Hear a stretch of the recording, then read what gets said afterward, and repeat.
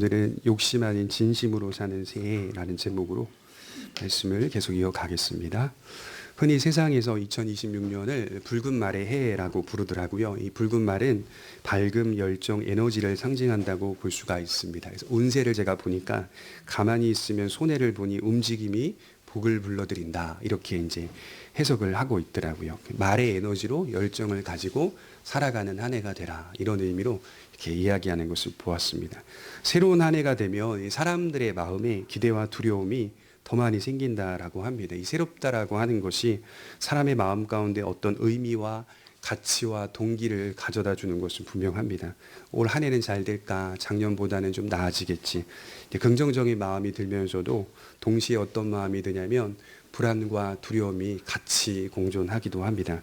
기대와 달리 우리가 사는 이 세상은 여전히 불안정하고 인간의 삶도 여전히 무기력하고 연약하다는 사실을 알고 있기 때문에 한편으로는 기대하는 마음, 또 다른 한편으로는 불안한 마음, 두려운 마음이 같이 있는 것이겠죠. 새해 모든 사람들이 자기의 소원과 자기 계획에 대한 기대와 욕심을 가질 때 오늘 본문에서 바울은 우리 그리스도인들의 눈을 돌려서 우리가 만들어내는 한 해가 아니라 주께서 인도하시는 새해가 될 것을 기도하며 신뢰하라고 가르치고 있습니다. 내 욕심 속에 담긴 또 무수히 많이 담긴 그런 자기 소원을 내려놓고 하나님을 향한 진심으로 새해를 시작하는 시간이 되기를 바랍니다. 그렇게 해서 한 해의 끝자락에 주께서 인도하셨던 또 내 삶을 통하여 만들어내 주셨던 한 해를 뒤돌아보면서 감사하는 그런 성도들이 되셨으면 좋겠습니다. 첫 번째로 우리가 살펴볼 것은 우리의 다름질은 말씀의 전진이라고 가르치고 있습니다. 우리 1절에 보시면 끝으로 형제들아 너희는 우리를 위하여 기도하기를 주의 말씀이 너희 가운데서와 같이 퍼져나가 영광스럽게 되고. 바울은 지금 먼저 우리를 위하여 기도해 달라고 요청하고 있죠. 늘 그렇듯이 서로를 위하여 기도를 요청하는 것은 성도에게 있어서는 지극히 자연스러운 일인 것 같아요. 그런데 한편으로 좀 생각해 보면 초대교회의 사도성이라고 하는 것을 생각해 볼 때 이 사도성은 거의 절대적인 것이었고 그 권위는 상당히 높았다는 것을 우리가 사도행전을 통해 발견할 수가 있겠죠. 바울이 사도였다는 사실은 우리 모두가 잘 알고 있습니다. 그래서 늘 바울을 이야기할 때 앞에 무엇을 문장을 두냐면 위대한 사도 바울이라는 말들을 많이 듣곤 합니다. 그가 가는 곳에는 놀라운 이적들이 일어났고 아픈 사람들이 치료가 되고 귀신이 떠나가고 죽은 사람마저도 살아났다는 사도행전의 기록이 남겨 있습니다. 물론 하나님께서 허락하셔서 특별한 이적을 보이신 것이지만 그 표적의 한복판의 중심에 바울이라고 하는 사도가 존재하고 있었다는 것은 부인할 수 없습니다. 여러분 누가 누구에게 기도를 부탁합니까? 바울은 늘 신자들을 위해서 기도를 해주는 사람으로서 많이 그려져 있습니다. 기도에 열정적인 사도 바울은 언제나 어디서든 기도하는 모습으로 기록이 되어 있습니다. 데살로니가 교우들이 바울에게 기도를 부탁하는 것이라면 이게 당연하게 느껴질 수 있는 것이지만 교회가 바울에게 기도를 부탁한다.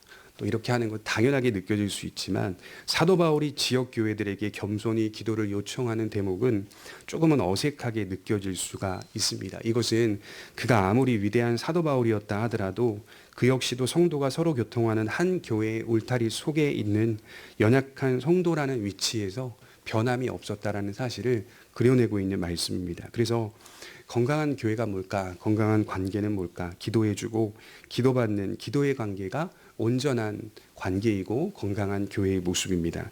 우리 교회 역시 목사가 성도들을 위해 기도하고 또 성도들이 목회자를 위해 기도해 줄 때 또 성도가 서로를 위해 그 사정을 알고 함께 기도해 주는 공동체가 되면 그 교회는 건강한 교회로 성장하고 있다는 증거입니다.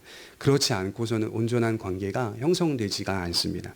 제가 어떤 책에 보니까 부모는 자식을 엄밀히 말해 엄마는 자식을 몸으로 낳았으나 그것이 진짜 관계가 아니라 자식을 위하여 기도하고 그 자식이 부모를 위하여 기도하는 관계가 될 때 온전한 관계가 형성된다. 이렇게 기록되어 있더라고요. 우리는 믿음의 형제와 자매들을 만날 때마다 진심으로 기도의 요청을 할 수 있어야 합니다. 물론 모든 속사정을 다 꺼내어서 기도해달라고 말하라는 의미는 아닙니다. 본질적인 신앙의 길에서 이탈되지 않도록 기도를 요청하면 되는 겁니다. 그리고 가정의 여러 문제들은 서로 친밀한 관계 가운데 추가적으로 또 함께 친밀한 관계 가운데 형성된 사람들에게 나누고 기도를 요청하면 됩니다.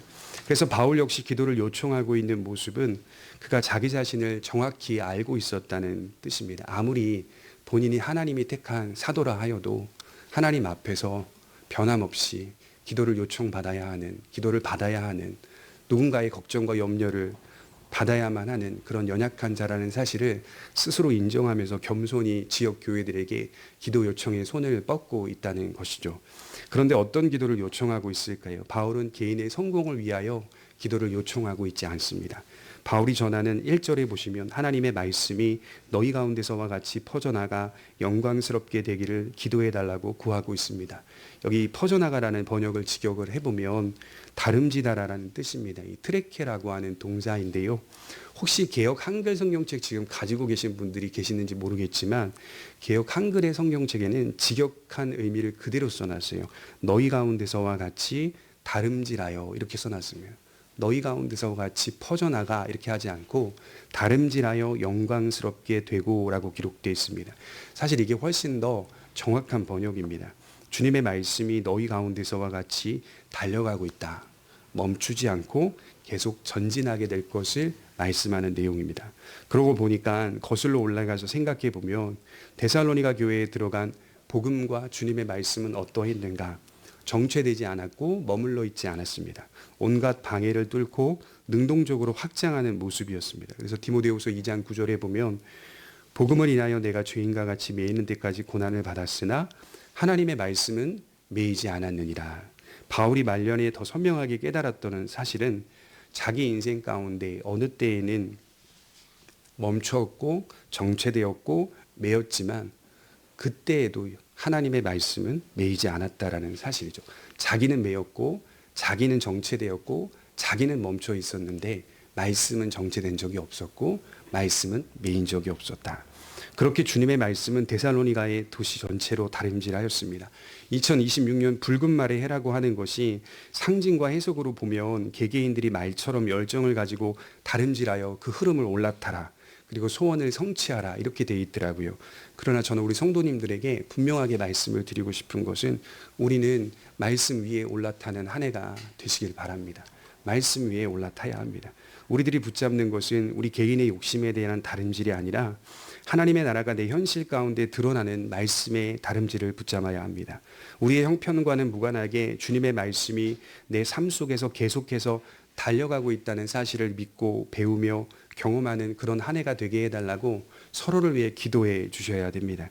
우리의 욕심으로만 점철된 신앙은 언제나 환경과 상황에 매이지만 하나님을 향한 우리의 진심으로 점철된 신앙은 형편과는 무관하게 멈추지 않고 계속해서 전진하는 하나님의 말씀에 소망을 둔다는 사실이겠죠. 그래서 우리의 마음에 있어야 할 질문은 올해 나는 무엇을 이루고 싶은가 보다는 올해 하나님의 말씀이 나를 통해서 내 삶과 교회를 통해 얼마나 전진할 수 있을 것인가 늘 이렇게 질문하면서 신앙생활을 이어가야 하는 것이죠. 시편 147편 15절에 다윗은 이런 말씀을 했어요. 그분의 명령을 땅에 보내시니 그분의 말씀이 잘 달리는도다. 아마 이제 바울이 지금 이 트레케라는 동사를 썼을 때 다름질하다라는 말을 쓸 때 시편 147편 15절을 연상하며 기록한 것이다. 학자들이 그렇게 얘기하더라고요. 다윗이 그렇게 말해요. 그분의 말씀이 다름질하다. 속히 달리는도다. 이렇게 얘기합니다.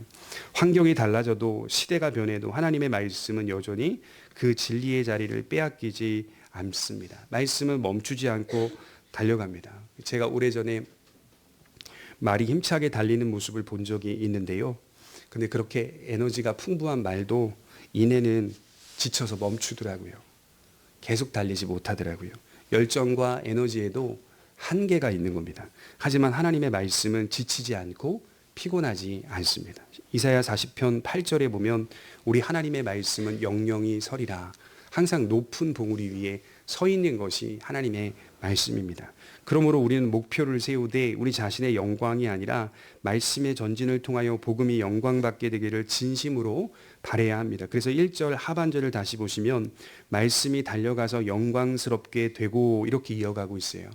복음이 영광스럽게 된다는 말은 무슨 뜻일까요? 하나님의 말씀이 전파된 결과를 이야기하는 겁니다.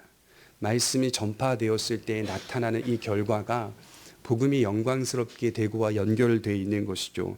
그 결과로 심령이 성령으로 새로워져 사람들이 말씀을 인정하고 순종으로 반응하는 상태를 의미한다고 볼 수가 있겠죠. 이것이 하나님의 영광입니다. 그래서 제가 생각을 해봤어요. 많이 들려지는 것보다 더 중요한 것은 들려진 말씀에 대한 신실한 반응입니다. 하나님 말씀이 많이 들려지는 것보다 훨씬 중요한 것은 들려진 말씀이 작은 말씀이라 하더라도 그 말씀 앞에서 신실한 반응을 보이는가, 이게 훨씬 더 중요한 겁니다. 그것이 복음의 영광과 관계되어 있기 때문이죠. 우리 마태복음 6장 33절에 보면 그런즉 너희는 먼저 그의 나라와 그의 의를 구하라. 그리하면 이 모든 것을 너희에게 더하시리라. 그러므로 내일을 위하여 염려하지 말라. 내일은 내일이 염려할 것이요 한날의 괴로움은 그날로 족하니라. 한 신자의 마음속에 하나님의 나라와 의를 구하고자 하는 진심이 있다면 그가 무엇을 하든 무엇을 먹든 무엇을 마시든지 다 하나님의 영광을 위하여 하는 것이 된다는 말이겠죠. 반대로 뒤집어 생각해 보면 내일을 위하여서 염려하지 말라는 말씀이 이어서 나오는데 내일의 염려에 매몰돼서 내일의 근심에 매몰돼서 오늘의 현실을 믿음으로 살지 못하는 세상적인 사람들을 뜻하고 있는 내용입니다. 내일은 내일이 염려해 줄 것이니 염려와 근심은 주께 맡기고 오늘 우리에게 주어진 현실을 그 말씀에 따라 살아가라는 의미입니다. 그리하면 합력하여 선을 이루시는 하나님의 역사를 경험하게 된다는 것이죠. 그런데 성도마저도 세상 사람들처럼 걱정과 염려에 함몰되어서 살아갈 수 있다는 뜻입니다. 그렇게 하지 말아라 얘기하는 거예요. 내일은 내일이 염려해 줄 거니 끌어당겨가지고 내일 염려까지 다 매몰된 채 오늘 주어진 시간들을 하나님의 기회라고 여기지 못하고 신실하게 서지 못하는 자신을 돌아봐라. 하나님이 그리하면 모든 것을 너희에게 더하시리라 라고 약속하여 주셨듯이 내일은 내일이 염려할 것이니 하나님께 맡기고 오늘 현실의 자리에서 하나님 앞에 신실한 반응을 보여라. 여러분, 그렇게 많은 염려와 근심을 가지고 산다는 건요, 어떻게 좀 뒤집어 보면 욕심이 많다는 것일 수도 있어요. 지난주 배웠듯이 2장 17절에 보면 너희 마음을 위로하시고 모든 선한 일과 말에 굳건하게 하시기를 원하노라. 영원한 위로와 좋은 소망으로 우리를 인도하시는 하나님께서 성도 각 개인을 어디로 이끄시는지를 보셔야 합니다. 성도의 일상입니다. 우리가 품고 있는 모든 선한 일들로 우리를 인도하시고 우리가 관계 맺고 있는 모든 말들을 굳건하게 하신다는 의미입니다. 오늘 주어진 모든 선한 일과 말에 집중하도록 우리의 마음을 지키신다, 이렇게 말씀을 하는 것이죠.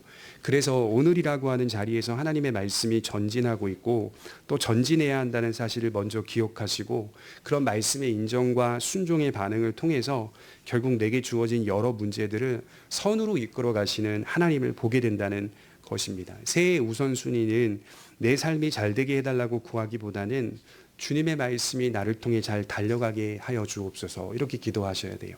주님의 말씀이 내 속에서 잘 달려가는 한 해가 되게 해 주시옵소서.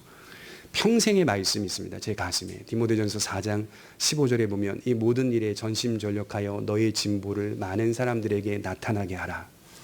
이게 저의 평생의 말씀인데 저의 말씀뿐만이 아니라 여러분들의 말씀이 되셨으면 좋겠습니다.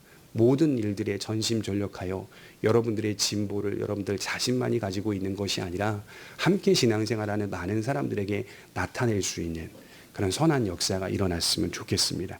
두 번째로 살펴볼 것은 이 변함없는 확신은 하나님의 신실하심에 있다는 사실입니다. 우리 2절에 보시면 2절과 3절입니다. 또한 우리를 부당하고 악한 사람들에게서 건지시옵소서 하라. 믿음은 모든 사람의 것이 아니니라. 주는 믿부사 너희를 굳건하게 하시고 악한 자에게서 지키시리라. 우선 세상 속에 있는 성도들의 형편과 위치를 좀 인정해 달라, 이 얘기하는 거예요. 부당하고 악한 사람들에게 둘러싸여 있다는 사실을 생각해 봐야 한다는 것입니다. 여러분, 기독교는요, 본질상 세상을 바꾸는 종교가 아닙니다. 세상을 우리의 믿음을 가지고 자신감 플러스 해가지고 세상을 뒤엎어버리는 그런 진리가 아닙니다. 세상 속에서 건진받는 진리입니다. 그러니까 오해하시면 안 돼요. 세상에 들어가서 세상을 바꿔버리겠다 하는 건 기독교 진리가 아닙니다. 기독교는 언제나 세상 속에 있는 죄인이 구출함을 받는 종교입니다. 그래서 이미지가 너무 달라졌어요. 우리는 언제나 매 시간 매 때마다 하나님의 은혜로 말미암아 하나님의 손으로 건진받아야 될 연약한 자들입니다. 그래서 지금 말씀을 하고 있죠. 악한 자들에게서 건져 주옵소서. 이것이 기독교가 말하고 있는 복음의 진정한 내용입니다. 그렇기 때문에 우리는 구출, 구조라는 뜻을 좀 생각해 볼 수가 있습니다. 그래서 예수님을 믿는 복음의 길은 고난과 박해가 없는 삶을 누리도록 약속을 받는 건강과 부의 복음과는 거리가 멉니다. 바울은 아주 일관되게 말을 해요. 하나님의 나라에 들어가려면 많은 어려움이 있을 것이라고 말씀을 합니다. 그러니 혹여나 부당하고 악한 사람들의 공격을 받거든 또 미혹을 받거든 당황해하지 말고 이미 예견된 길을 걷는 것임을 기억해달라, 이렇게 말씀을 하고 있는 것이죠. 그러니까 저와 여러분들은 현실 가운데, 저는 목사니까 사실은 좀 부끄럽긴 하죠. 늘 언제나 교회라고 하는 울타리 속에 있으니까. 성도들은 이제 예배를 드리고 또 한 주간 세상 현실 속에 나아가기 때문에요. 안전망이라고 하는 것이 하나님의 은혜 아니고서는 없습니다. 그 안에서 정말 부서지고 깨어지면서 믿음을 지켜내는 일이기 때문에요. 하나님이 여러분들을 건져주시지 않으면 여러분들이 세상을 어떻게 바꿔요? 못 바꿔요. 건진받는 거예요. 항상 거기서. 건진받는 그 은혜의 능력으로 말미암아 다른 사람들에게 조금이나마 소금과 빛의 역할들을 하면서 살아가는 거예요. 기억해야 될 건 동서남북 악한 자들이 우리를 진치고 있는 것은 명백한 사실입니다. 그러니까 지금 뉴스에 보니까 베네수엘라라고 하는 나라에 있는 대통령과 부인을 이 미국이라는 나라가 체포를 했다라고 한 뉴스를 잠깐 제가 봤어요. 잠깐 기사로 나온 거를. 제가 그거 보면서 얼마나 놀랐냐면, 어떻게 다른 나라에 있는 지도자를 저 잠깐의 사이에 작은 국지적인 작전을 통해 가지고 저걸 데리고 오냐. 진짜 어마어마한 능력이구나, 저 미국이라는 나라는. 그러니까 본인들이 마음만 먹으면 북한에 있는 김정은 하나 잡아오는 거는 2시간 안에 끝나겠구나. 다 들여다보고 있다는 말이잖아요. 그러니까 온전히 그 사람이 어디를 가든 무엇을 하든 뭘 막든 어디 숨어 있든 간에 온전히 다 지켜보고 있는 나라.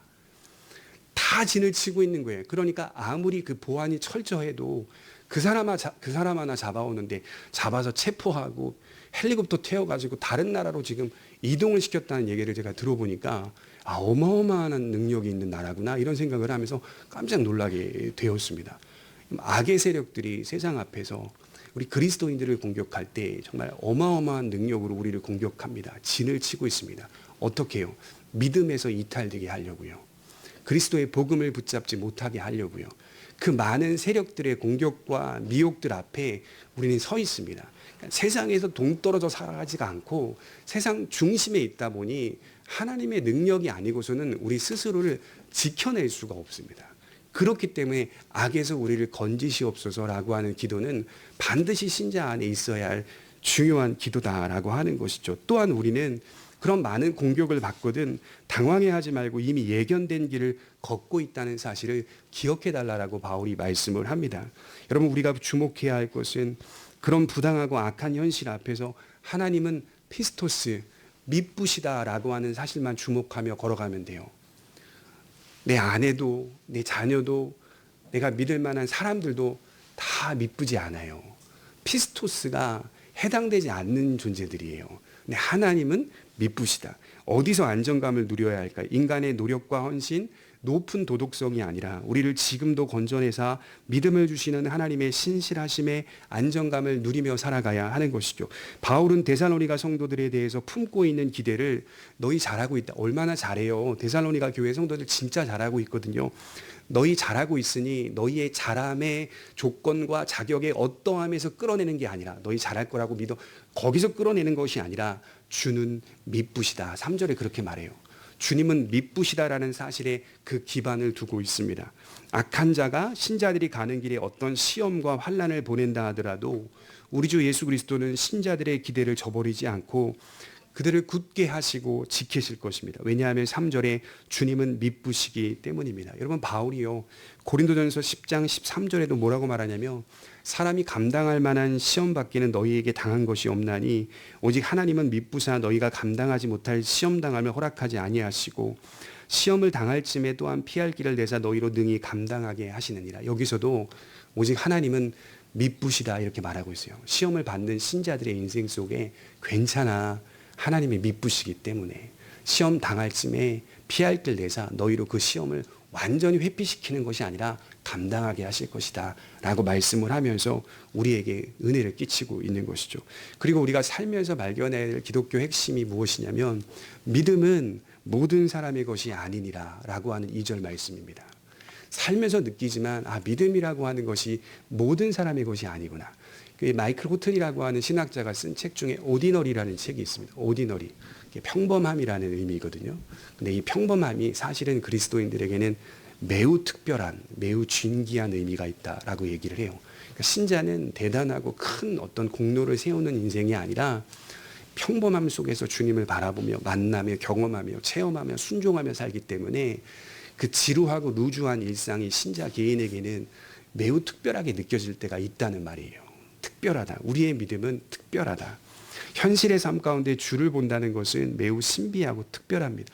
대다수의 사람은 복음을 들어도 반응하지 않아요. 그것이 인류의 전 역사입니다. 바울은 단호하게 말합니다. 믿음은 모든 사람의 것이 아니니라. 창세기에 보면 타락한 인류가 자손을 낳았습니다. 처음에 이제 시작되는 걸 보면요. 족보를 보면 창세기 4장 26절에 보면 아담의 시대에도 그 자손들 가운데 많은 사람들이 하나님을 온전히 다 잊어버리고 살고 있었습니다. 그때 창세기 4장 26절에 셋도 아들을 낳고 그 이름을 에노스라 하였으며 그때 사람들이 비로소 여호와 이름을 불렀더라. 에노스가 태어나자 비로소 소수의 사람들이 하나님의 이름을 부르기 시작했다라고 기록하고 있습니다.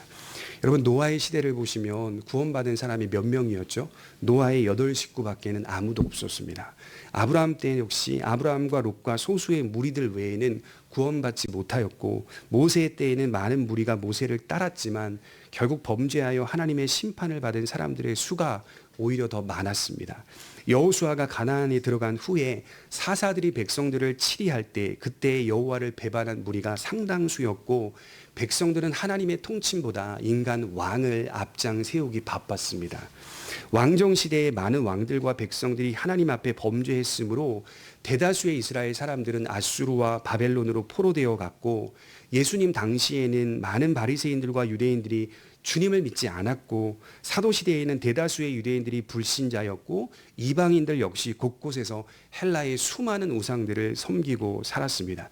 그래서 성경의 역사만 자세히 읽더라도 복음을 바르게 파수한 무리들은 언제나 적었고 복음을 대적하였던 무리들은 언제나 많았다라는 사실이 명백하게 기록되어 있습니다. 여러분 누가복음 12장 32절에 보면 주님은 주님을 믿는 백성들에게 이렇게 위로하시거든요. 적은 무리여 무서워 말라 이렇게 말씀을 하세요. 적은 무리여 무서워 말라. 너희 아버지께서 그 나라를 너희에게 주시기를 기뻐하시느니라. 그리고 오늘 바울은 3절에 주는 미쁘사 너희를 지키시리라 이렇게 말씀을 하고 있어요. 그래서 여러분 믿음은 뭘까요? 야, 너에게 믿음이 뭐냐라고 물어보면 저희는 이렇게 말할 수 있어야 돼요. 하나님께서 지켜주시는 것이지 내가 지키는 것이 아니다. 이게 믿음입니다. 믿음은 하나님이 나를 건져내시는 것이요 믿음은 나를 하나님께서 지켜내시는 것이다 라고 말하는 겁니다. 그래서 우리의 초점은 항상 하나님의 미쁘신 분이라는 사실에 안도감, 안정감을 누릴 수 있어야 합니다. 그 어떤 사람도 훌륭한 사람도 존경받는 사람도 믿을 만한 사람은 사실은 없습니다. 왜냐하면 온전하지 못하기 때문에 그리고 사람은 약하기 때문에 그리고 인간이라고 하는 존재는요 언제나 휘둘릴 수 있습니다. 약점만 잡히면요 휘둘릴 수 아무리 그가 인격이 좋아도 작은 약점 하나 잡히면 다 휘둘릴 수 있습니다. 칼빈은 성도들에게 자주 이런 말을 했다고 해요. 너희 속에 계신 분이 세계보다 크심이라 이렇게 말했대요. 너희 속에 계신 분이 세계보다 크심이라. 이게 요한일서 4장 4절을 인용한 말씀인데 자녀들아 너희는 하나님께 속하였고 또 그들을 이기었나니 이는 너희 안에 계시니가 세상에 있는 자보다 크심이라. 여러분들이 소유하고 있는 성령 하나님이 세상에 있는 어떤 것보다도 세상에 있는 어떤 자보다도 크다는 사실을 많이 발견하는 2026년도가 되기를 바랍니다. 두려울 때마다 나와 함께 하시는 분이 더 크다. 훨씬 크다. 대다수의 세력들이 힘을 합하여 믿는 자들을 공격하지만 주님 한 분의 신실하신 보호는 우리의 신앙을 굳건하게 세우십니다. 주님 홀로 우리의 신앙을 굳건하게 세워가십니다. 그러니 두려워하지 말라 이렇게 말씀을 하는 것이죠. 그리고 우리가 감사해야 할 것은 이런 불신의 현실 가운데 부족하지만 우리가 주를 향한 신뢰와 헌신을 보내고 있다는 사실이죠. 부족하지만 주를 사랑하고 있다는 사실에 은혜의 선물을 받은 그 믿음이 얼마나 크고 특별한 것인지를 깨닫게 된다는 겁니다. 여러분, 한정된 믿음이 우리로 하여금 어떤 길로 이끌어갈까요? 엘리트주의로 만들지 않아요. 하나님이 우리를 선택하셨다는 이 사실이, 믿음은 모든 사람의 것이 아니니라라고 하는 이 고백 하나가 우리를 다른 사람보다 우월한 위치로 끌어내지 않고 얼마나 더 사모하게 하고, 얼마나 더 겸손하게 하며, 얼마나 더 사랑하게 하고, 얼마나 더 용서하게 하고, 우리 중심에 더 빚진 자의 모습을 갖추도록 만드는 것이죠. 그래서 우리가 흔들릴 때도 주님은 흔들리지 않습니다. 그리고 우리가 약해질 때에도 주님은 우리를 붙드시죠. 현실은 언제나 불확실하지만 주님은 언제나 믿부시고 확실하십니다. 이 사실을 마음에 새기면서 새해로 나아가셨으면 좋겠습니다. 세 번째로 살펴볼 것은 이 확신의 방향이 기록되어 있어요. 우리 4절에 보시면 너희에 대하여는 우리가 명한 것을 너희가 행하고 또 행할 줄을 우리가 주 안에서 확신하노니 주께서 너희 마음을 인도하여 하나님의 사랑과 그리스도의 인내에 들어가게 하시기를 원하노라. 바울은 먼저 명한 것을 행하도록 강조하고 있습니다. 책임과 의무를 말하고 있죠. 너희들 가르침 받았지, 말씀을 통하여 배웠지, 내가 명한 것을 행하라. 말씀이 정체되어 있는 신자가 아니라 말씀이 움직이는 신자, 다시 말해서 움직이는 하나님의 나라가 되라, 이렇게 표현하고 있어요. 설교를 듣다 보면요, 사실은 이미 알고 있는 말씀의 연속이라는 사실을 알 수가 있습니다. 수년 전에 우리 혁진이, 혁훈이가 지금은 못 나오고 있지만 나올 때 제가 혁훈이한테 물어본 적이 있었어요. 예배를 마치고 나서, 혁훈아, 하나님 말씀을 들으면서, 목사님이 설교한 내용을 들으면서 어떤 생각이 들었니? 라고 물어보니까 혁훈이가 당당하게 자신감 있게 이렇게 얘기하더라고요. 목사님은 매주 똑같은 말씀을 하시더라고요. 이렇게 얘기를 하더라고요. 그러니까 모르는 게 아닌 거죠. 아이 입장에서도 성경의 지식이 없어도요, 매주 똑같은 말을 하고 있는 걸 알아요. 제가 나는 매주 다른 말씀을 준비하느라 힘든데 왜 매주 똑같은 말을 하고 있다고 생각하냐 이렇게 물어보니까, 잘 믿으라, 잘 믿으세라, 하나님을 잘 믿으세요, 이렇게 얘기를, 똑같은 말을 한다는 것이죠. 이미 알고 있는 말씀의 연속이 우리 기독교 신앙입니다. 깊이가 조금은 다를 수 있지만 내용들은 대체로 이미 알고 있는 말씀이라는 뜻입니다. 중요한 건 이미 알고 있는 말씀을 듣고 그 말씀대로 살아가느냐, 이것이 훨씬 중요하죠. 알고 있다면 늘 들어왔듯이 아는 데서 멈추지 않고 행하는 삶이 우리 신앙의 결과가 아니라 우리 신앙의 과정입니다. 이미 알고 있는 말씀들을 들으면서 그 말씀에 따라 사는 것은 신앙의 결과는 아니고요, 신앙의 과정으로 서 있습니다. 계속해야 될 일들이라는 거예요. 신앙은 지식을 쌓아가는 게 아닙니다. 신앙은 살아있는 말씀대로 움직이는 겁니다. 호흡하는 겁니다. 말씀 위에 올라타는 게 뭐냐면 호흡하는 겁니다. 말씀과 삶이 일치되도록 균형을 이루어 가는 겁니다. 그런데 흥미로운 게 뭐냐면 4절에 행하라고 말한 뒤에 그 다음 나오는 말씀이 굉장히 흥미로워요. 너희가 행할 것을 확신하노니 라고 말씀합니다. 더 나아가 그냥 확신한다라고 하지 않고 바울이 무엇을 덧붙이냐면 주 안에서 확신하노니 라는 말씀을 쓰고 있습니다. 확신의 근거라고 하는 것이 데살로니가 교인들의 모범적인 신앙이 아니라 그들의 노력과 헌신의 정도를 보고 판단한 게 아니라 예수님께서 신자들을 보호하실 것이고 지키실 것이며 순종으로 이끄실 것을 확신한다. 주 안에서 확신한다. 이런 말을 하고 있는 겁니다.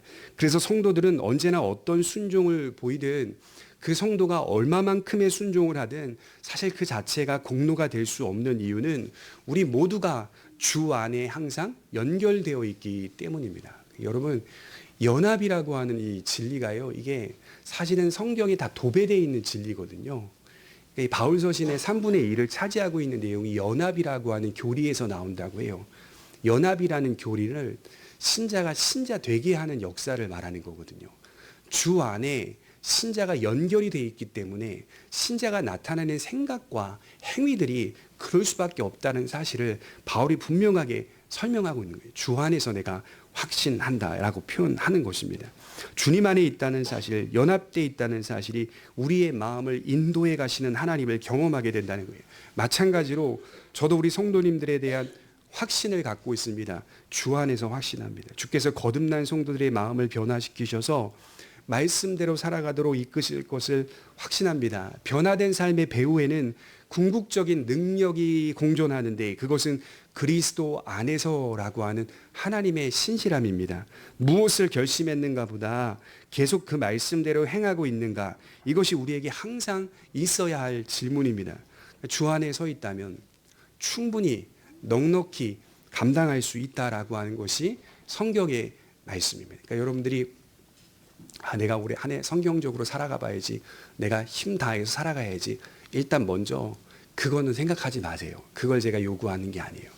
내가 올 한 해 주 안에 있어야겠다, 이것만 생각하시면 돼요. 이것만 가지고 돌아가시면 성공하는 거예요. 내가 주 안에서 주님을 향한 믿음으로 중심을 잡고 있겠다, 그러면 나머지는 흘러나옵니다. 그 안에 서 있지 못하고 내가 하는 모든 주를 향한 애씀과 의지는 피곤하고 지치고 다 나가 떨어집니다. 그거 하지 마시고 먼저 주 안에 서 있으면 하나님이 나를 넉넉하게 이끌어 가실 것이다 라고 하는 사실을 보시면 됩니다. 그리하여 주께서 우리를 어디로 인도하시는지를 주목해 보라는 겁니다. 이것이 결론입니다. 결국 우리의 삶을 수납하셔서 5절에 보시면 이렇게 결론을 내리고 있어요.